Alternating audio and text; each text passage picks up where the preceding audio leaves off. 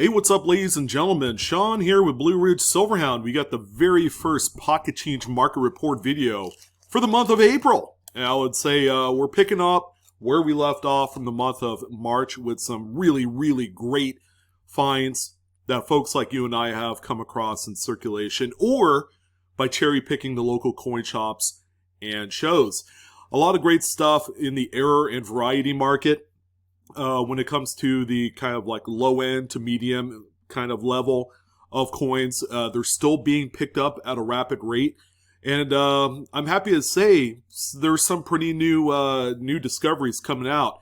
If you guys checked out that video I had done on the 2017 $20 bill mismatched serial number that I uploaded this morning, the morning of April 2nd, you'll find that big giant trophies like this are still out there. And we have some more good ones here to find, while not on the same level as that particular piece of currency. Which, by the way, I wanted to clarify that there was one other example that did sell on Stack's Bowers auctions for $3,100, somewhere around there, and one grade point lower. So as you could tell, like I had mentioned in that video, going to a bigger auction house for some of these premier pieces will certainly make a huge impact on the final dollar figures. So what do we got here today? Well, we have just a myriad of different modern coins that I'm happy to say are being found out in the wild. A lot of people like to coin roll hunt. That's one great way to discover some of these errors and varieties, to not only add to your collection, but to flip out on the fair market today. And I'm happy to say that there are quite a few people that are making a really nice supplemental income by doing just that. A few things to keep in mind as we go through this video. Some of the regular stuff, all of the picture images are natural to the original listings of those sellers. We didn't juice anything. We didn't enhance the coloration or the focus on any of these. You're getting just what it shows on the eBay listing. These are all sales from the last 24 to 36 hours. And most importantly, there are no graded coins on the list. Grading is an extra added expense that is generally not necessary for the coins that you will see here today. All right, why spend the extra $30 to $65 to grade these through PCGS and NGC when they'll still be worth the value as a raw coin as they would graded? All right, so keep that in mind. There's no need to grade any of these coins. And you're going to find that there are a number of incredibly high-end pieces ungraded that have still no problem selling on the market because they kind of speak for themselves. All right, so let's go ahead and jump in. We have a pretty sizable list today, starting out with a couple of my favorite varieties to hunt for while going through big bags of bulk Lincoln wheat cents. And this is a 1952D Lincoln wheat cent, as you can see here. And this is also a D over S over mint mark. This is also referred to as the FS 511 in the Cherry Picker's Guide. I know it's kind of hard to comprehend, but there is indeed a bottom curl of an S in here. And on the earlier state examples, you can actually see the inner curl of the S inside this D right here. Great job by the seller with using tagging with these arrows here, exactly what you're looking for. These, while not the most spectacular over mint marks, I mean, it's no 44D over S, I could say that. But still, these are still a decent find. They're actually quite readily available, not only to hunt for, but if you needed to pick one up on the secondary market, they are quite affordable, but they're still worth a few bucks. This particular example sold for $10.95. And keep in mind, this is a 52D over S. And then we have another one here as well. Again, not the prettiest looking coin. It's pretty well circulated. Not a high grade piece at all, but this is another over mid mark. This is a 1951 D over S. This is actually a little bit more desirable than the first coin that we looked at. It's also over mint mark number 2. And it's a FS 512 in the Cherry Picker's Guide. On this particular example, you can see a lot better bottom curl of the S. Folks are going to ask, well, how did these happen? All right. Well, the Philadelphia Mint actually prepared the master hubs for these. And, when they produce also those working dies, they will punch a mint mark in there for the respective mint. So there are times where the Philadelphia Mint has made the mistake of sending the wrong dies to the mint facilities. San Francisco's would end up in Denver, Denver's would end up in San Francisco, and then those particular respective mint employees would have to repunch a mint mark above the existing incorrect mint mark, whatever that may be. But this is another good one right here. It's sold for $12.71. Again, this is probably my pick out of the two as far as favorites concerned. So not bad. There you go. I know you guys are probably tired of me talking about 2021s, but I like to do these little updates every chance I get, because you'll notice when the market kind of dips on them, right? People are going to be focused on the current year coins. Any errors or varieties that come into the marketplace will gain a lot more precedence than the outgoing ones. And still, these coins still quite popular. This is the Washington crossing the Delaware 2021 Philadelphia Crown die chip. You can see that pretty sizable die chip atop Washington's hat that goes into E pluribus unum. I would consider this to be kind of like the middle progression or form of this die chip. Very nice. By the way, this seller has sold 10, all 10 of them that he or she had all sold out. This particular one sold for $40. So yeah, glad to see that the prices are still holding really, really tight and strong on this particular stage of Crown die chip. And I would venture to guess, since we are in April of 2022, that these are going to be worth exactly what they are in a year from now, especially in this condition, which is very nice. I would say Mint State BU is what we're looking at here for this one. Again, this is my favorite way of displaying rotated die errors. Now, this is a relatively minor one. It's the 2005 P Jefferson nickel. It's the Lewis and Clark Ocean in View reverse nickel.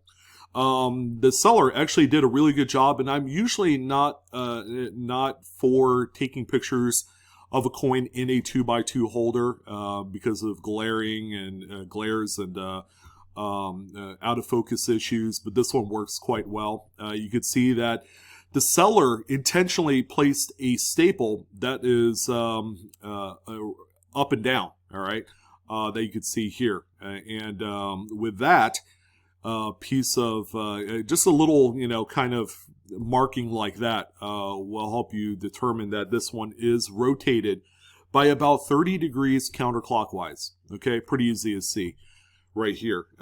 Again, there's not a lot of people that actually flip these coins over while they're searching in rapid speed of their nickel or quarter rolls or half dollars, but maybe you should, because these are worth a little bit of money. This one ended up selling for $11.10 with 3 bids. So not too bad, and I would take that all day long for a coin like this.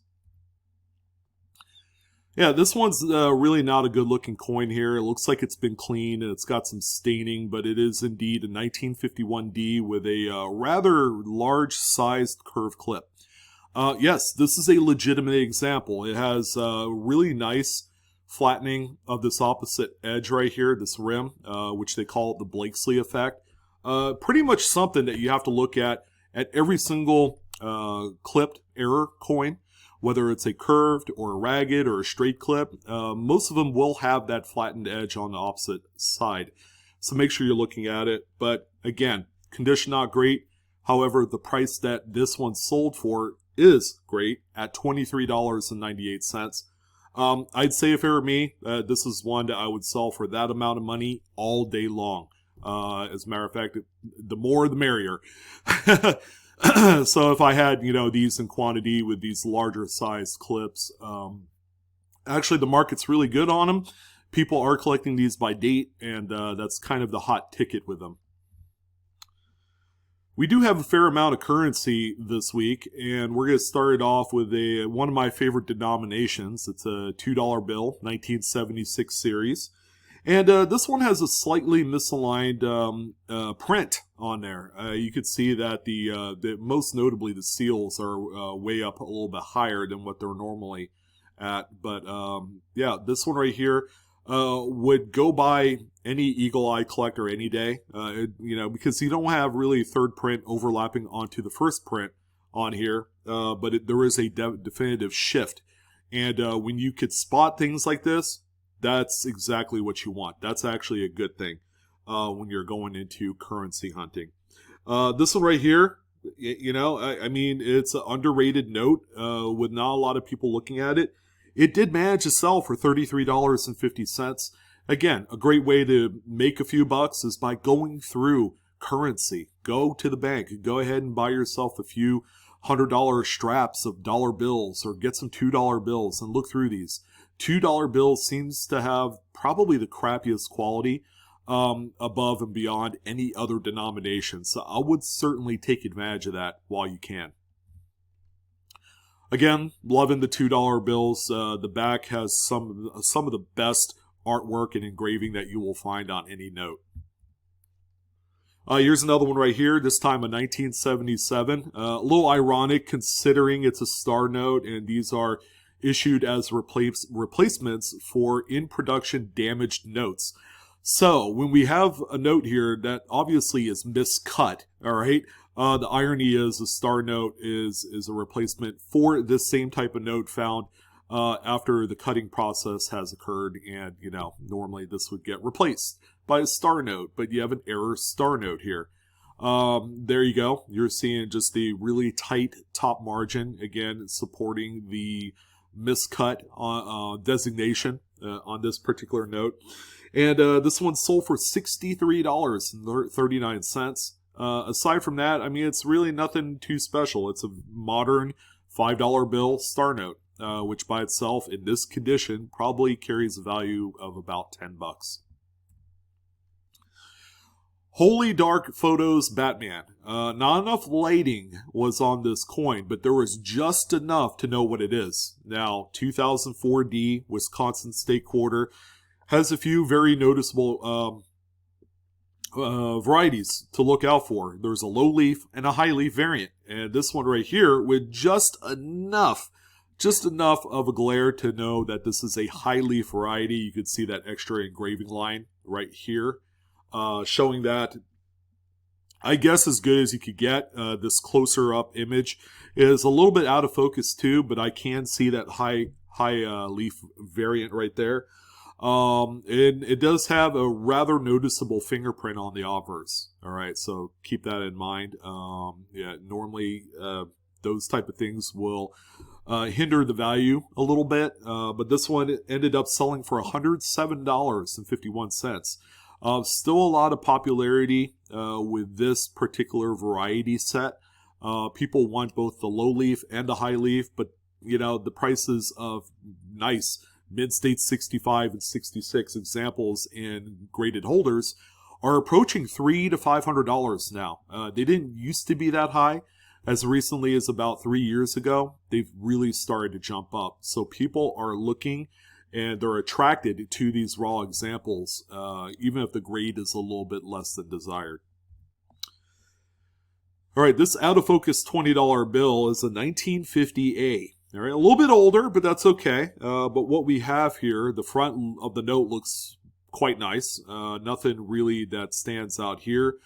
But on the back of the note, we have a nearly 100% front-to-back wet ink transfer. So there was a little bit of ink that was transferred onto the impression cylinder before this particular sheet was printed. So it transfers whatever ink that is on the impression cylinder onto that sheet, and then that's what you get here.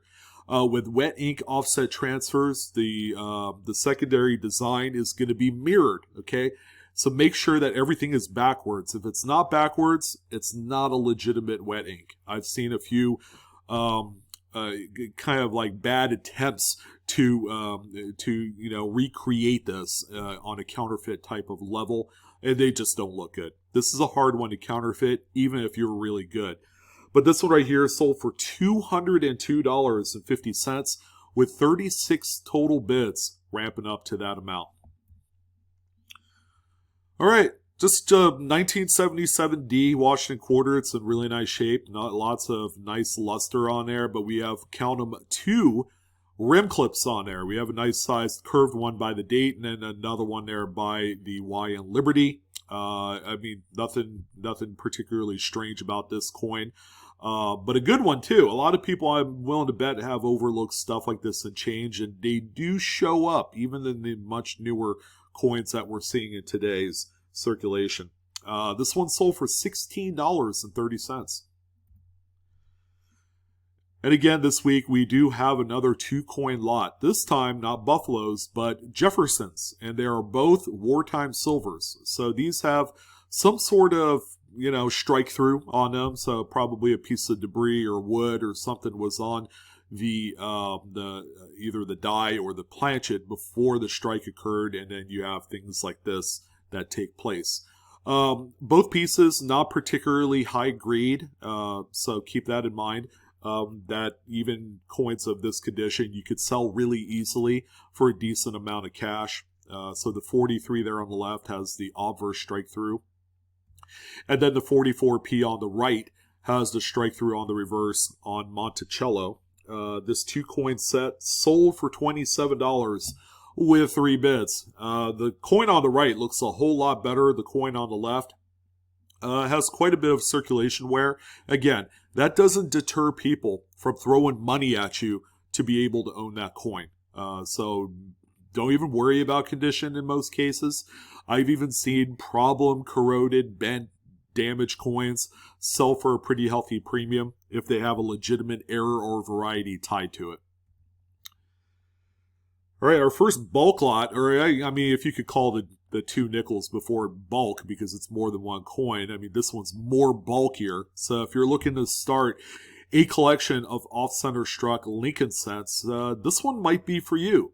What's really cool is you have just about full readable dates on every single example, which is nice. The off-center spread starts at around 45%, and then they go up to about 60, 65 on a few of them. But yeah, this is a great kind of opportunity, lot of opportunity. That's why I really wanted to say, for someone that's looking to get into this error series, or for someone to pick up and flip on an individual coin basis. All right, because if you could double up off of someone's mistake of selling this as bulk, I mean, that'd be a pretty good way of making a few dollars in the process. But it's really your call, because this one sold for $61.02 with 11 bids. So there's a little opportunity here. You could probably squeeze $10, $15 a piece here, seeing as how they have full dates. Putting it up at like $14.99 shipped in a plain white envelope, type of shipping method. And you should be able to come close to nearly doubling up with that kind of sale. So pretty nice here. Again, be on the lookout for these larger lots of legitimate errors and varieties. And you might have something there, especially if the auction ends at a very weird time, like in the middle of the night or too late or too early of the day. You could pick this up on the cheap. Now, this is cool. Again, it's not a high-grade example, and one that's very cherry-pickable. Don't let the date and mint mark scare you, because I've cherry-picked many Denver and San Francisco 1920s Buffaloes for nothing, all right, with actual partial readable dates. But this one is on the list for a different reason. This is a 2-feather Buffalo, all right? So the 3rd feather has been abraded away or polished away in this area. And this is one of those dates people look out for. Now, a low-grade example isn't exactly one that would excite most people that are already collecting into this. But from a budget perspective, this is a really good get right here. And you could always sell these for a lot more than you pick them up for. This one sold for $16.98. Again, these low-end kind of like about good to good level of condition coins. If you could make 15, 20 bucks a piece on some of these, that would certainly be the way to go. And then you could use that money to pick up a really nice piece for your collection. All right, quick little update. I know we did this the other day, but we have the K3 to K7 2021 die crack. This is the early formation of this one here. This one sold for $130.50 with 25 bids, so still a decent amount of money. I would certainly not throw these back if you think they're selling for too cheap, because there is a lot of value and these will dry up. You know, give this another few months. By the time the end of summer rolls around, you're probably going to see a lot less of these, especially in mid-state condition. And we're not seeing nearly as many as the full retain cut die break. These things are amazing, and they are rich in vitamins. Not really, but they are rich in money-making potential. They are still out there. People are finding them, and this is still a really good coin to flip if you wanted to. 2021 date again, and this example here sold for $426.88 with 22 bits. That's outstanding. All right, so this is one I've talked about before. Probably not worth nearly as much as it first was, you know, when I reported it a few years ago, but this is a 2017 P Roosevelt dime. You can see these parallel lines here on the reverse. Okay, those are feeder finger scrapes.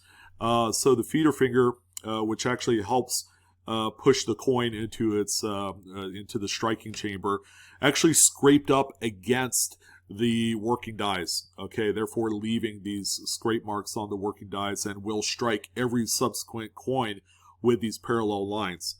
This one right here sold for $20.75. Again, a coin that I'm sure this day and age is continuously overlooked. It does, you know, Roosevelt dimes don't normally appeal to a bigger audience, you know, like Lincoln cents and quarters does. But this still, I mean, if you got this one, you're not going to turn it away. You're going to go ahead and add it to your collection as a specimen piece, or just sell it. All right, because the money's still decent here. And here's another update. This seller has been selling quite a few $25 count bank boxes of 2022 P Lincoln Shield cents. And this is his final box. He's been selling at least 2 or 3 of these a week, I would imagine. And yeah, he made quite a bit of money. So something to keep in mind, if you still come across these, they still carry quite a bit of a premium in the market. This particular lot right here, sold for $110. So by the time you factor in shipping and fees, you know, this is about a not quite, about $45 to $50 profit. All right, so still not too bad. I would definitely take that profit and run. And if you could get these in quantity, that's certainly the way to go. All right, we've been talking about a lot of 1972D missing initials or missing FG varieties, but how about an 82? This is the OG original. This is the date where you do find a lot more of these no FG initials coins. You can see the FG initials for Frank Gasparo completely missing here. You know, it's one of those dates. It is a cherry picker's guide. So that's something to keep in mind. But if you're looking through $50 boxes just for silver and you're not looking for these, man, you're really missing out. You're leaving a lot on the table. This one sold for $11.30 with 4 bids. A nice amount of money for a circulated example. All right, so we have a really neat no-date Lincoln Memorial cent. I say no date because in this case, it's a strike through. The obverse was struck through a good amount of grease on there, which made a lot of the devices rather weak. All right, so the die, the hammer die in this case, had quite a bit of grease applied to help lubricate all of the working parts of the press, and yeah, this is a byproduct of that. This one right here sold for $32 with 6 bids. I mean, that's a really good amount of cash for this. Considering the condition isn't one that I would say is a must-have for a high-end collection. But hey, sell it and make yourself a nice little profit. Here's 1985 P Washington quarter. A little bit off-center, right? You know, probably about 10-15% on the best of days. It's a good looking coin, probably one that most people do need for a date set of this type of error. And this one right here sold for $10.50 with 4 bids. So there you go. Another one that I think I've seen maybe 1 or 2 others just like it. This is, again, another 2021 Roosevelt dime. And you notice that big old nasty die crack right on top of Roosevelt's head that goes into his hair, and it just get kind of like spider webs out. I mean, this thing is pretty crazy. Me personally, I would love to own one of these if I came across it. It's a real shame that I missed out on this listing, because this is a hobby darling when it comes to modern coins. I mean, you're witnessing history here. A lot of really major error coins have been entering the marketplace, and this is another big one here. Now, compared to other ones, these haven't really sold for a boatload of money. Okay, I would say that this is a relative bargain. It did sell for $11.50. Is that right? $11.50 with 2 bids. All right, so there you go. That's what we got here. All right, be careful. This is a key date, 1914D. Now the question is, are minor errors like this, which has a little bit of a strike through right here in front of Lincoln's face, are these considered value enhancers for these type of rarities?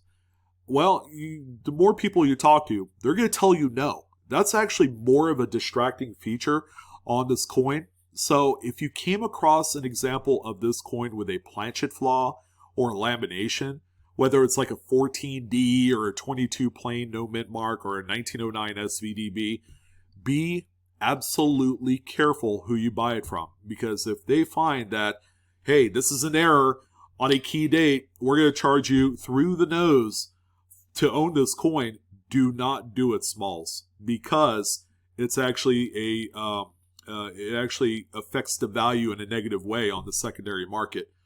And this coin is right nice. I mean, it's like a VF. And you ask anybody that collects into the series, this is like a perfect grade coin for a lot of folks, without, without paying thousands of dollars for it. But once they see that strike through or planchet flaw, that actually might dissuade them from actually buying it. This one right here sold for $279.95, which, is pretty close to what a market value is for a VF30 example without the planchet flaw. So, this one is more of a risk than it is a reward in some cases. All right, more currency. How about a 1985 $20 bill with some crazy inverted third printing? See, it's upside down, right? It just doesn't look right. But, when it comes to errors, what does look right these days, right? If anything, this is more of a bullseye for your collecting that, it would attract most people. And, pretty crazy here. So we have a definite miscut, but that's more of a result of just the sheet being all wonky on here after that inverted third print occurred. And what did this one sell for? $310.01 with 29 bids. Everybody was jumping to try and own this one, and that's the maximized effort when you can realize $300 for this thing. That is pretty good. Here's another good one here. How about a 1995 $1 bill with a just ever so slightly misaligned black print on the third printing process? You can see all the black print there on the third print is far shifted to the south. Pretty insane note here. These come up actually quite a bit, especially on heritage auctions and all those guys. These do appear, and they're well collected. This one right here sold for $100.99 with 3 bids. Beautiful note. There's the back of the note. It does have some general circulation wear and some soiling on there. And here's another one as well. Same thing, 1988A from the same seller. So this particular seller had a number of various different types of modern errors. What's really cool about this one, you can see the partial 5 from the next note above it. So this had happened to to the whole sheet, I would imagine. And probably, I don't even know how many of them could have been pulled out after the cutting occurred. So that way they could be replaced by star notes. But this is just a really neat example here. And this one ended up selling for a lot of money. 88A, right? Yeah, 1988A. $172.88 with 9 bids. I lost track on my data sheets here. And I don't usually do that. There's the back of the note. Again, nice and clean there. And from the same seller, we have a really substantial fold-over error. So the sheet had a corner fold. So this was probably the top left part of the full sheet. And it had that fold, and then it was printed over by the third print. Man, this thing's awesome. And yeah, they left it folded for the images, and it's just spectacular. And this one right here sold for $358.50. 22 bids collected for this amount. There's the back of the note, again, with the folded part there on the right. All right, so we have an off-center and partial tilted collar 2006 Lincoln Memorial Cent. Really cool coin here. Very, very modern by our, I guess, requirements for really nice errors. So this one is quite stunning. And if you see here on the edge, it's got kind of like that stepped railroaded edge feature, which explains the partial tilted collar. So the collar wasn't completely engaged to keep the coin in the striking chamber. It was a little bit off. And this one right here, ladies and gentlemen, sold for $12 with 6 bids. Again, another 1985p off-center Washington quarter. Beautiful. Good-looking coin. I think this is probably the same seller as the other example. And this one sold for $27.30. This one's off-center by about 20%. There's a little bit of a comparison with a regular quarter. A little bit bigger there, I would say. All right, more currency. More and more currency. We have a 1950B $10 bill. And this one right here is a obstructed print. All right, so you can see the omission of some print here. Bottom left corner. So there was like a little tiny piece of paper or something that was on the sheet while the first print was applied. So it leaves an obstruction, but you could probably see a little bit of that embossing that went through there. Pretty cool. It's kind of on the minor side. I've seen way bigger obstructions, and this one affects a very minor part of the note. And this one sold for $44.50. There's the back of the note, so nothing really too funny here to mention. And then we have another dollar bill, this time a 1999 $1 bill. Very, very circulated. All right, so it took a very special, knowledgeable person to see just something crazy going on here with that third print. It's misaligned and kind of like angled, shifted. The bottom, the right side of that third print is shifted downward a lot more. So this sheet was a little bit off diagonally or rotated or however you want to describe it. Pretty cool note here. Again, not the most beautiful example, but it's very rare that you do come across a rotated, shifted, misaligned third print. And this one sold for a lot. $64.98 with 8 bids. I keep losing my place on my sheets here. It's crazy. We just have that much coins. All right, so this one's cool. It's very minor in retrospect, but it's a double struck Lincoln Memorial Cent. So it's both off-center strikes are the double struck portions of it are both way off-center by about 75-80%. And this one sold for $104.85. Just a really cool statement piece here for this type. Very, very seldom do you come across double strikes that are both off-center like this. Oh boy, we got another Washington quarter, this time a 1995p with a double clip. So we got 2 clips here. Again, you would figure this wouldn't sell for a whole lot, but it is a really clean example, and people are collecting these by date. This one sold for $18.30. Oh, we just need another clip, and that would put this one to a whole new level. This would be probably a $40 coin with that third clip, but It wasn't meant to be in this case, but still, $18, still not too bad. Here's a rough-looking 1983p. Oh boy, is this one just sore to look at. I don't know what's going on in the reverse, but this coin is very well circulated. Lots of damage there, right on the middle back reverse of where Monticello is. But yeah, you see it too. It's a pretty nice sized cud die break that you see here. Even a coin in this condition, $35 is what it's sold for. So again, it doesn't have to be pretty to be worth something.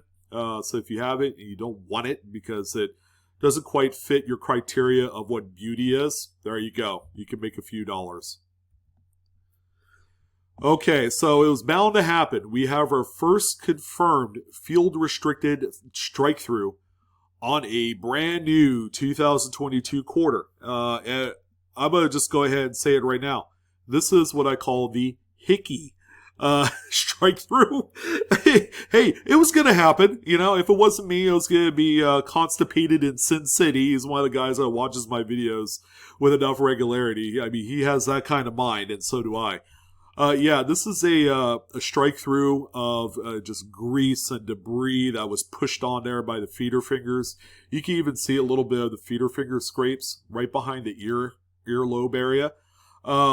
Yeah, I mean, there's got to be more of these with much bigger, robust field-restricted strike-throughs. This is the first of one such example, and I would be...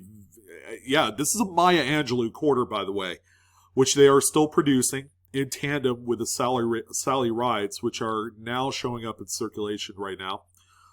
So, yeah, I mean, yeah, the mint quality control sucks, and I'm okay with that because we get to find things like this.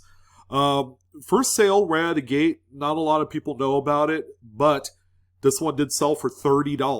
All right, I would certainly watch out for these. If there are more examples with larger strike-throughs, watch out, ladies and gentlemen. Those could be the next big thing of 2022 coinage as far as errors are concerned. If it's anything like last year, these are going to be pursued like the hottest thing that you would ever think about. But pretty cool. Keep an eye out for these for you East Coasters. There's a lot to love here.